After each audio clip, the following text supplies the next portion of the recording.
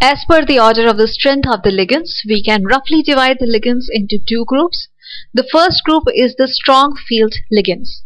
Ligands which cause larger splitting of the orbitals are known as strong field ligands. In their complexes, it is unfavorable for the electrons to be in the higher energy orbitals due to high energy gap. So these ligands force the lower energy orbitals to be filled completely before the electrons occupy the higher energy orbitals. The complexes formed by such ligands are known as low spin complexes. The second group of ligands is the weak field ligands. Those ligands which cause smaller splitting of the orbitals are known as weak field ligands. In their complexes, the electrons follow Hund's rule of maximum multiplicity before entering an already occupied orbital because the energy gap between the two sets of orbitals is low. Complexes formed by such ligands are known as high spin complexes. Now let's go through the various types of hybridization found in coordination compounds. For knowing more about the details of hybridization, I suggest that you refer the chapter with the same name in our online course, in which various kinds of hybridization and their examples other than coordination compounds are also explained along with structure. In this section, we are going to discuss only the coordination compounds which exhibit hybridization. So the first type of hybridization is sp3. Its important example is tetraamine zinc second ion. As we can see that this complex ion is composed of 4 neutral ammonia molecules linked by 4 electron pair bonds to the central zinc 2+ ion. The electronic arrangement of zinc 2+ ion is 3d10. Its 4s and 4p orbitals are vacant. When it coordinates with 4 ammonia molecules, its 1 vacant 4s orbital and 3 vacant 4p orbitals hybridize to form 4 equivalent hybrid sp3 orbitals. Each of the nitrogen atom of 4 ammonia molecules donates its lone pair of electrons to zinc 2+ ion, which occupy these 4 hybrid orbitals. The hybrid orbitals arrange themselves tetrahedrally around the central zinc ion, making equal angles of 109 degrees and 28 minutes. The other examples of sp3 hybridization are tetracarbonyl nickel and tetrachloromolybdenum. Next type of hybridization is dsp2. Its example is tetracyanonickelate second ion. This complex ion is composed of 4 cyanide ions linked by 4 electron pair bonds to the central nickel 2+ ion. The outermost electronic configuration of nickel 2+ ion is 3d8, and this is the way these electrons are arranged. Since cyanide ion is a strong ligand, it forces the unpaired electrons to pair. So now the electronic configuration when these ligands approach the nickel 2+ ion becomes like this, in which 1d orbital becomes vacant. So now when nickel 2+ ion coordinates with 4 cyanide ions, its 1 vacant d orbital, 1 vacant s orbital and 2 vacant p orbitals hybridize to form 4 equivalent hybrid dsp2 orbitals. Each of the 4 cyanide ions donates its lone pair of electrons to the 4 hybrid dsp2 orbitals. These orbitals arrange themselves in square planar geometry around the central nickel 2+ ion. Other examples of dsp2 hybridization are tetraamino copper second ion. Next type of hybridization is dsp2, also commonly exhibited by coordination compounds. One of its examples is tetracyanonickelate second ion. We know that the electronic configuration of nickel +2 ion is 3d8, which has 2 unpaired electrons according to the Hund's rule of maximum multiplicity. But when cyanide ions approach the nickel ion, Then, since cyanide is a strong ligand, it forces the two unpaired electrons to pair. Now one vacant d orbital, one vacant 4s orbital, and two vacant 4p orbitals hybridize to form four equivalent hybrid dsp2 orbitals.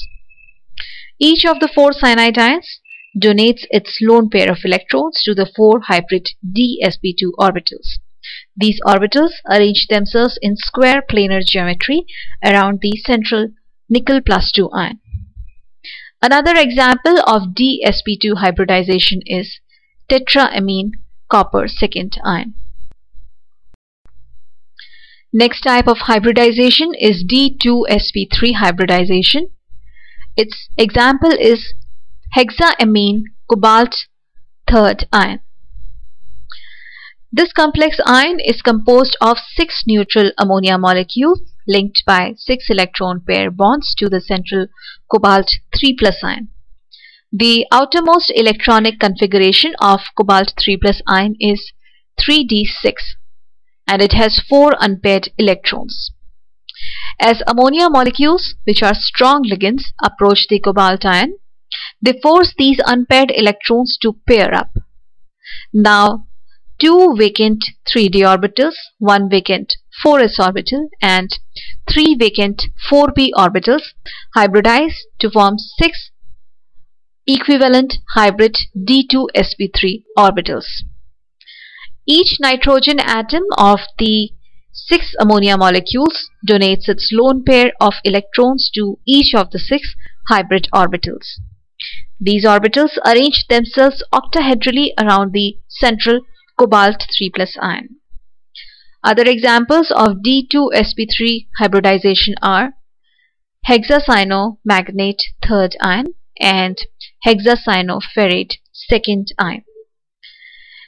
As we can see that in this case, the d orbitals of n-1 principal quantum number, that is the inner d orbitals, are utilized in hybridization. Hence, such complexes are known as inner orbital complexes. This term was coined by the scientist Top. The next type of hybridization is sp3d2 hybridization. The example of this type of hybridization is hexafluoroferrate 3rd ion. This complex ion is composed of 6 fluoride ions linked by 6 electron pair bonds to the central ferric ion. The outermost electronic configuration of ferric ion is 3d5, in which all the 5 electrons are unpaired. Since the fluoride ions are weak ligands, the d orbitals of the same principal quantum number as the s and p orbitals are utilized. So one 4s orbital, 3 4p orbitals and 2 4d orbitals, all of which are vacant, hybridize to form 6 equivalent sp3d2 orbitals. Now each of the fluoride ion donates its lone pair of electrons to each of these hybrid orbitals. Other example of this type of hybridization is hexaamine nickel 2nd ion. The outer orbital complexes, as is this one, and the inner orbital complexes are also known as high spin and low spin complexes respectively. This term was coined by the scientist Orgel. Pauling called these complexes as hypoligated and hyperligated complexes respectively. Our next topic is geometry of coordination compounds. The ligands are arranged in such a way around the central metal ion in a coordination complex that the ligand-to-ligand repulsion remains at a minimum level. Therefore, the geometry of the coordination compound depends on the coordination number of the central metal ion of the complex. Now let's have a look at various coordination numbers found in the coordination compounds and some of their examples. First is coordination number 2. Those complexes in which the central metal ion has coordination number 2 exhibit linear geometry. For example, copper plus 1 ion, silver plus 1 ion, as in diamine silver 1 ion, gold +1 ion as in dicyanoaurate first ion, and in some cases even mercuric ion. The next coordination number is 3. Those complexes in which the central metal ion has coordination number 3 may have one of the two geometries. The first is equilateral trigonal and the second is trigonal pyramidal. Triiodomercurate second ion has triangular geometry, whereas the hydronium ion has trigonal pyramidal shape. The next coordination number is 4. Complexes in which the central metal ion has coordination number 4 may be either tetrahedral or square planar. Tetrachlorozincate second ion, diamine zinc second ion, chromate ion and magnate ion are tetrahedral in structure, whereas tetraamine copper second ion and tetracyanonickelate second are square planar in shape. Next coordination number is coordination number 5. Complexes with this coordination number in their metal ion may exhibit trigonal bipyramidal or square pyramidal geometry.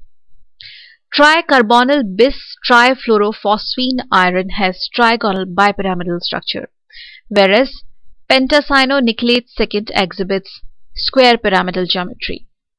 Next is coordination number 6. In this type of complexes, 6 ligands are arranged around the central metal ion at the corners of an octahedron. The examples are hexaamine cobalt third ion and hexaamine nickel second ion. Now let's solve a couple of examples based on the geometry of various coordination compounds.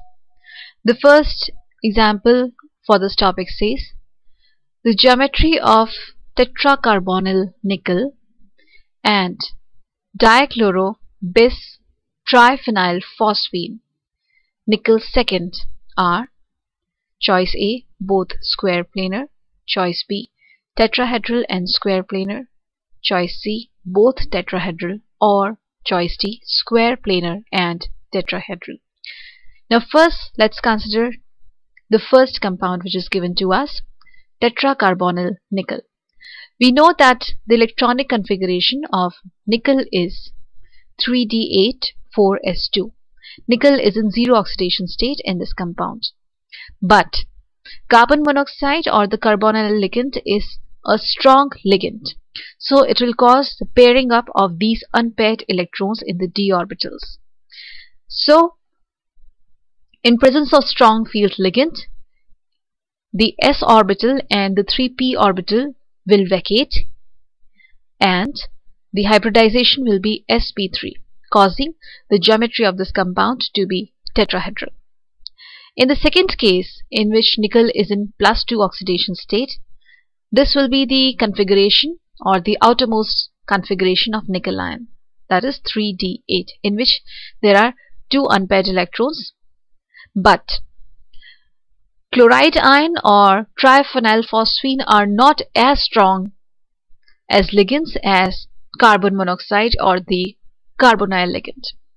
So they will not cause the pairing of these ions and the hybridization again will be sp3.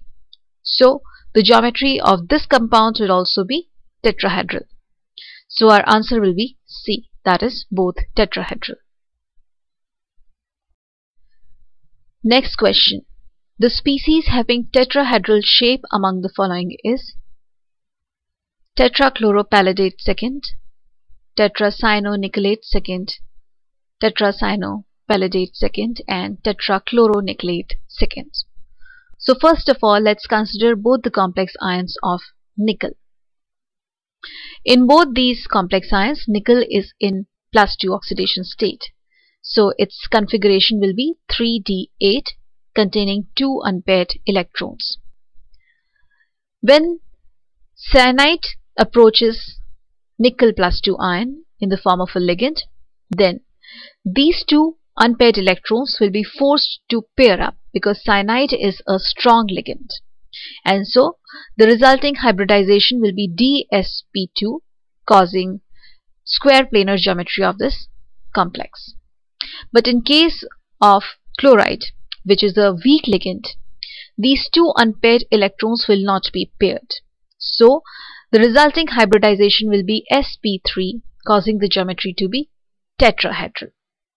In case of both the complexes of palladium, the geometry will be square planar, because square planar geometry is more common for larger D8 transition metals. The reason is that the steric constraints are relaxed because the size of the metal ion increases. So our answer will be D.